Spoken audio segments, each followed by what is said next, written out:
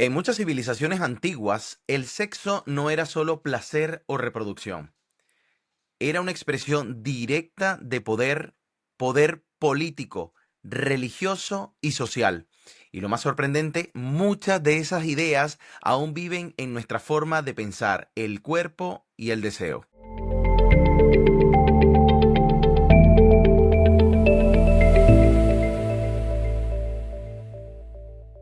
Hola, soy el doctor Alejandro Villavicencio, mejor conocido en redes sociales como Doctor Uro Íntimo, y esto es Zona Íntima Podcast. Hoy nos sumergiremos en el capítulo 3 del libro que venimos leyendo en los episodios anteriores, El sexo, la historia de una idea, donde el maestro Félix López Amezúa revela cómo el sexo fue mucho más que una práctica privada, ya que fue un instrumento cultural y estructural de jerarquía y control. Y antes de empezar, recuerda seguirme en mis redes sociales también como Doctor Uro Íntimo, aquí en YouTube como Zona Íntima Podcast. Y aparte de eso, activar la campanita de notificaciones y darle like si te gustó este video y si te están gustando mis videos en mi canal, ya que me ayuda un montón para seguir creciendo, hacer muchísimo más contenido, mucho más emocionado. Vamos poco a poco. Muchísimas gracias a las personas que ya me están siguiendo. Estoy encantado de tenerlos por acá en este espacio que he creado, donde hablaremos no solo de sexología y terapia sexual, sino también hablaremos de urología, de ginecología. Y si revisan mis videos anteriores, pues hablo también con mi gran amigo, el doctor Héctor Espinosa, donde estamos abordando temas súper importantes desde el punto de vista urológico.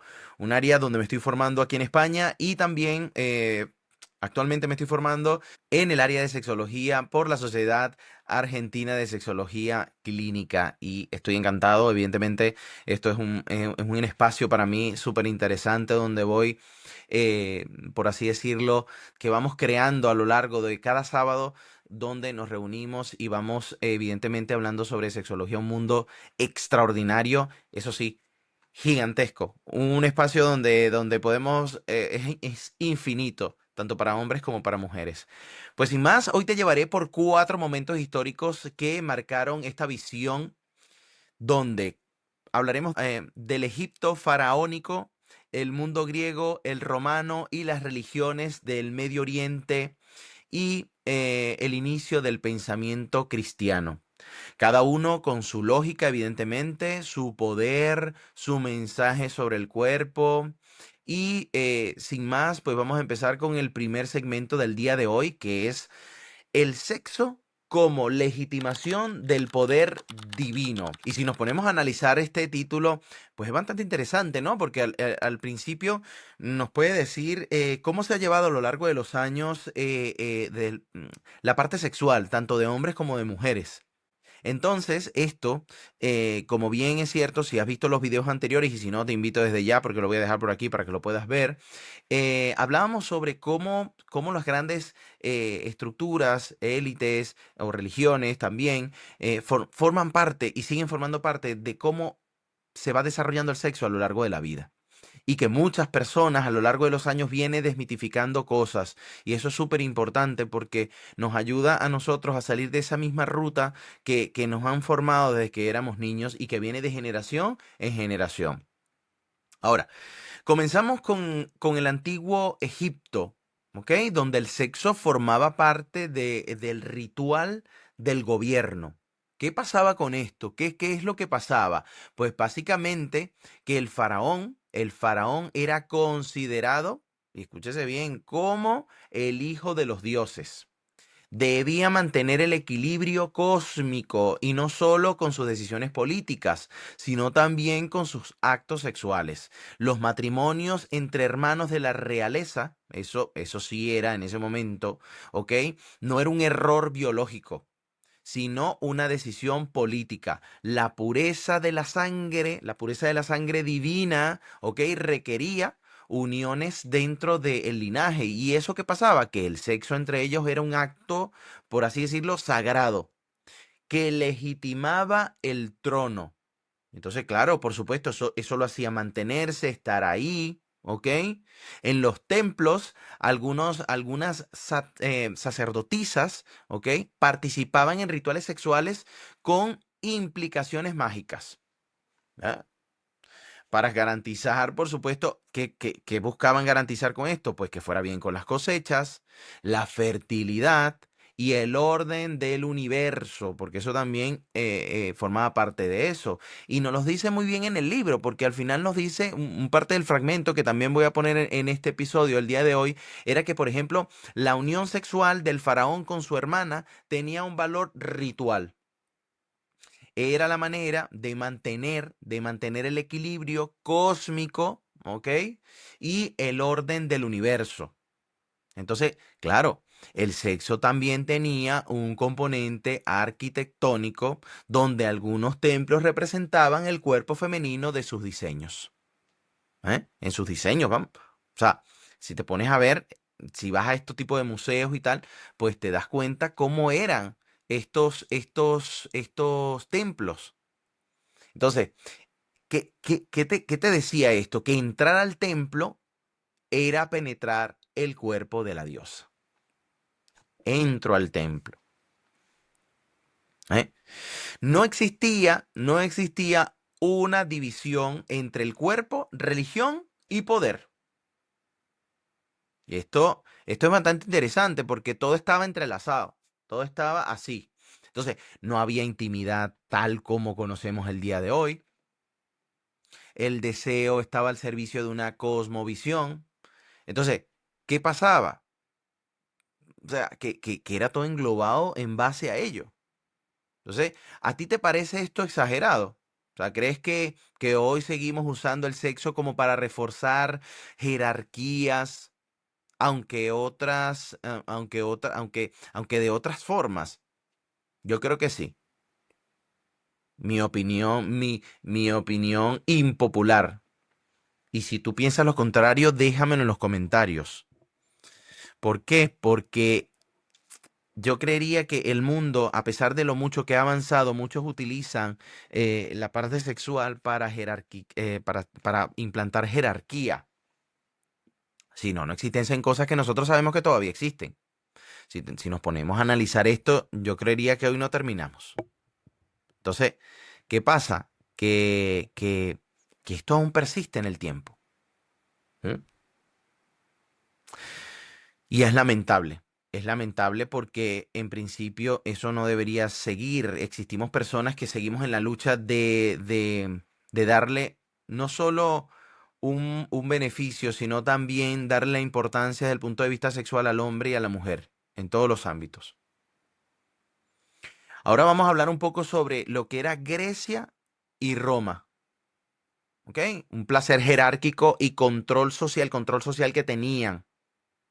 Y esto bastante interesante. Ahora, en Grecia, en Grecia, ¿qué pasaba? Que el ideal del ciudadano libre, ¿no? Implicaba el derecho al placer. Pero este placer estaba cuidadosamente regulado, controlado. Eso estaba totalmente controlado. No era una libertad igualitaria. Eso no existía. Solo los hombres libres podían ejercer su sexualidad sin culpa ni consecuencias. Las mujeres estaban confinadas al gineceo, alejadas de la vida pública. Y en países todavía, como lo dije en episodios anteriores, eso existe todavía en algunos países. Lo podemos ver, lo puedes revisar.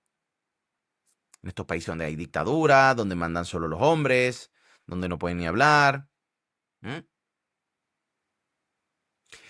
Ahora, ¿qué pasaba? Que la prostitución, a pesar de eso, la prostitución masculina y femenina era legal. Era legal, pero también era parte de un sistema de clases. ¿Ok? En el ámbito educativo, las relaciones entre hombres adultos y adolescentes era totalmente común. Y eso pasaba en esos tiempos. Entonces, estas relaciones no eran vistas en esos tiempos, recuerda que estamos hablando de aquellos tiempos, no eran vistas como afectivas, sino como un modelo pedagógico para transmitir sabiduría. Entonces, transmitían sabiduría, valores militares, ciudadanos. Imagínate que metían hasta los valores ciudadanos en eso. Pero ¿qué pasaba? Pero siempre bajo la lógica de la dominación.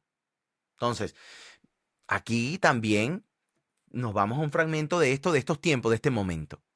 que el cuerpo era leído como un signo de poder. Escúchese bien porque esta parte es súper importante. El que penetraba dominaba y el que era penetrado se subordinaba. Y todavía pasa en los animales, pasa en los humanos. En Roma, esta lógica, por supuesto, se extremaba. La virilidad se medía por la capacidad de dominar. Tú penetrabas, dominabas, eras penetrado, eras dominado. El placer estaba subordinado a un estatus social. Se podía ejercer sobre esclavos, sobre enemigos vencidos sobre todo, o sobre cuerpos que eran considerados en ese momento, por supuesto, inferiores.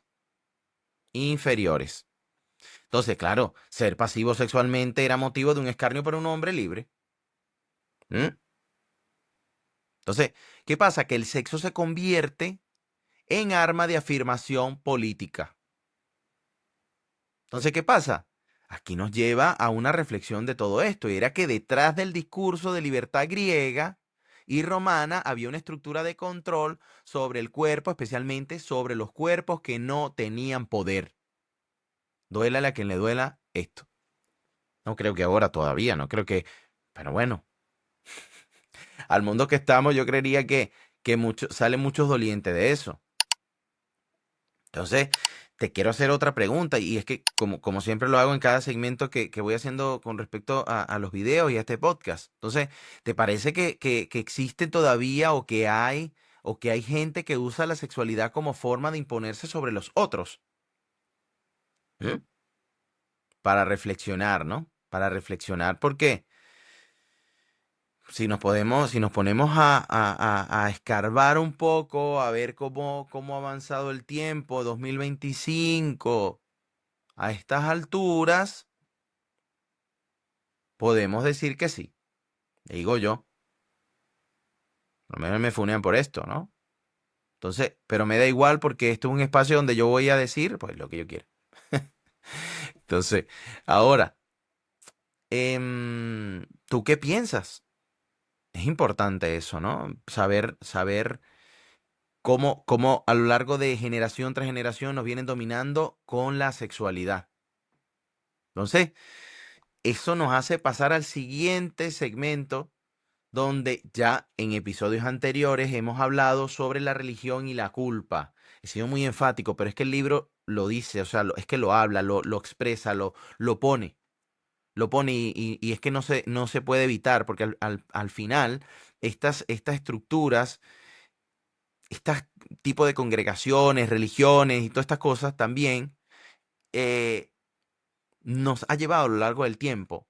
Y entonces, claro, habemos personas que empiezan a formarse, habemos personas que empiezan a hablar sobre el tema para desmitificar este tipo de cosas, y seguimos nuevamente entonces con el giro de la espiritualidad, la religión y la culpa. ¿Qué pasaba? Que a medida que las religiones monoteístas se expanden, ¿verdad? La visión de lo que es el cuerpo, pues cambia. Entonces, ¿qué pasa? Que el deseo deja de ser un ritual o una herramienta política para convertirse en algo que amenaza la espiritualidad. Ven cómo van cambiando los tiempos, ¿no? A lo largo de eso. O sea, mira que uno pensaba esto y de repente llega otro, cambia el tiempo y llega esto, cambia la creencia y llega esto. Entonces, en el zoroastrismo, el cuerpo es impuro. Es impuro, el alma deja de elevarse negándolo. El judaísmo, si hablamos del judaísmo, entonces esto estableció o establecía normas estrictas de pureza sexual, que incluyen ¿qué? Pues bueno, que la prohibición del sexo en ciertos días, rituales de limpieza, la condena de prácticas sexuales no reproductivas. Los esclavos eran castrados. Imagínate tú que en estos tiempos los esclavos eran castrados, y no solo para evitar rebeliones, sino también como símbolo de obediencia total. La castración era un acto de control absoluto, absoluto del deseo y del cuerpo. Y eso nos los ponen también en el libro. Eso nos los ponen también en el libro, porque nos dicen en un fragmento que dice que la castidad no era una virtud natural. sino una imposición sobre el cuerpo que debía purificarse mediante normas estrictas. Entonces, ¿qué pasa? Que el placer hasta entonces era una energía cósmica o política, o sea, era una energía cósmica o política y se convierte en una sospecha moral. Cuidado, que estés pensando esto. Entonces el cuerpo empieza a ser objeto de vigilancia, la religión impone un nuevo régimen de control, el de la conciencia. Lo que pasaba aquí, y eso lo hablamos en el episodio anterior. Y esto evidentemente nos hace reflexionar que esta transición marca el inicio de la culpa sexual como un fenómeno cultural. ¿M? Un fenómeno cultural. Y entonces, ¿qué pasaba? Que el sexo ya no debe expresarse, debe reprimirse. Y es lo que te preguntaba también en el episodio anterior. Te criaron con reglas sobre el cuerpo que no sentías, que no entendías, sobre el cuerpo que sentías, que no entendías, pero que igual tenías que obedecer. Sí, sí, sí. Claro, hasta que llegas a un punto de entendimiento que ya dices, ah, con razón. Y entonces, claro, llegamos al segmento final del día de hoy,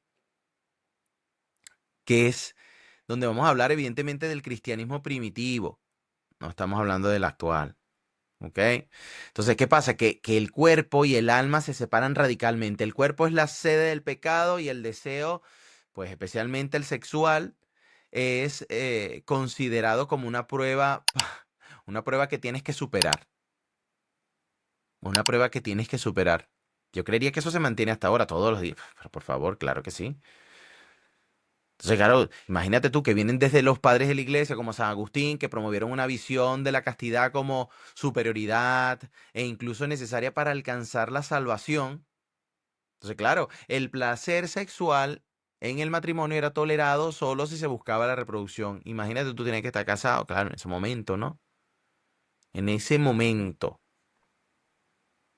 Entonces, ¿qué pasa? Que se instala un sistema de vigilancia interior. El cuerpo es sospechoso y hay que domarlo.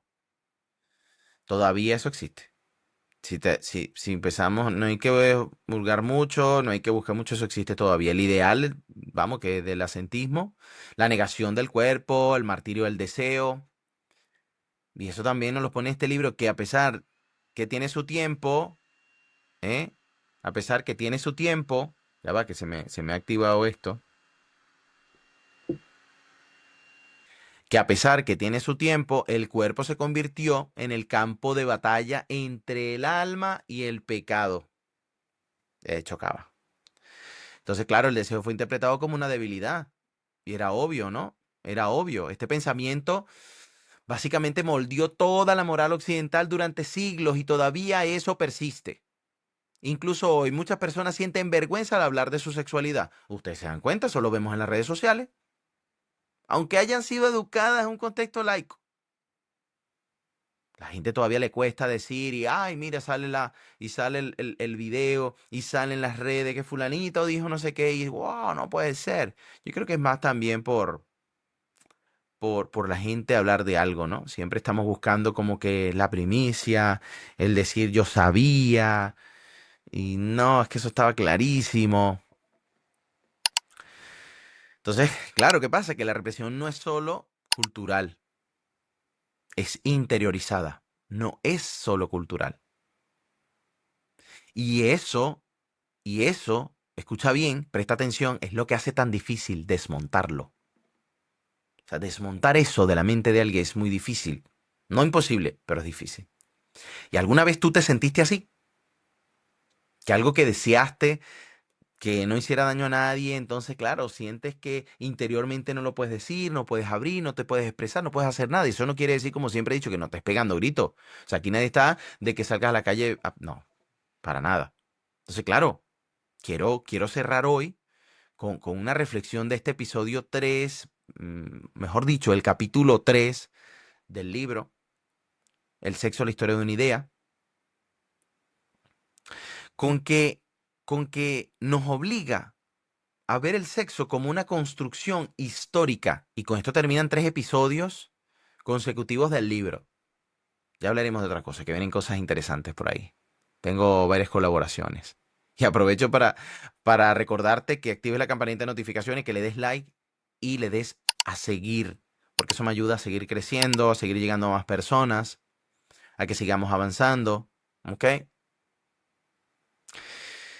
Y bueno, esto nos recuerda que el placer no ha sido siempre libre, ni natural, ni aceptado. Esto ha venido como una montaña rusa de aceptación y rechazo que ha sido vigilado, instrumentalizado, condenado según las necesidades del poder de turno. Es por ello que hay que ser libre interiormente y de manera exterior también. Hoy que hablamos de liberación sexual, de consentimiento, de autoconocimiento, es vital mirar hacia atrás. ¿Por qué? Porque solo entendiendo la raíz de la culpa podremos desactivar sus efectos. Y si este episodio te hizo pensar, compártelo con alguien que también necesite sacarse culpas del cuerpo. Comenta qué creencias actualmente cargas, qué, qué virtudes tienes ahora, cómo lograste salir de eso, cómo lograste zafarte de tantas estructuras globalistas que nos han llevado al hoy. Gracias por verme, gracias por estar aquí conmigo, gracias por apoyarme en esta aventura que espero dure años con todos ustedes, donde estaremos hablando, como les he dicho, no solo de sexología, de libros, sino también de sus historias, de sus momentos, de mis momentos también. Este es un espacio que he creado para hablar, para caminar junto a ustedes y que me permite, evidentemente, seguir creciendo como persona, como humano, como médico, como urólogo, como sexólogo. Espero algún día, pues, evidentemente, como andrólogo y aportar no solamente al desarrollo urológico, sino sexual de cada uno de ustedes. Estar con ustedes, pues para mí va a ser satisfactorio. Soy un amante de la urología, por eso decidí ser urólogo. Va más allá de solo hacer una, una especialidad. Esto va más allá de eso. Y pues evidentemente solo lo comprenderé yo, pero ahí estoy. Aquí estoy y que quiero verme de la mano de todos ustedes. Un abrazo, quiero que se cuiden un montón. Recordar, activar la campanita de notificaciones. Nos vemos en el siguiente video. Soy Doctor Uro Íntimo y hasta la próxima.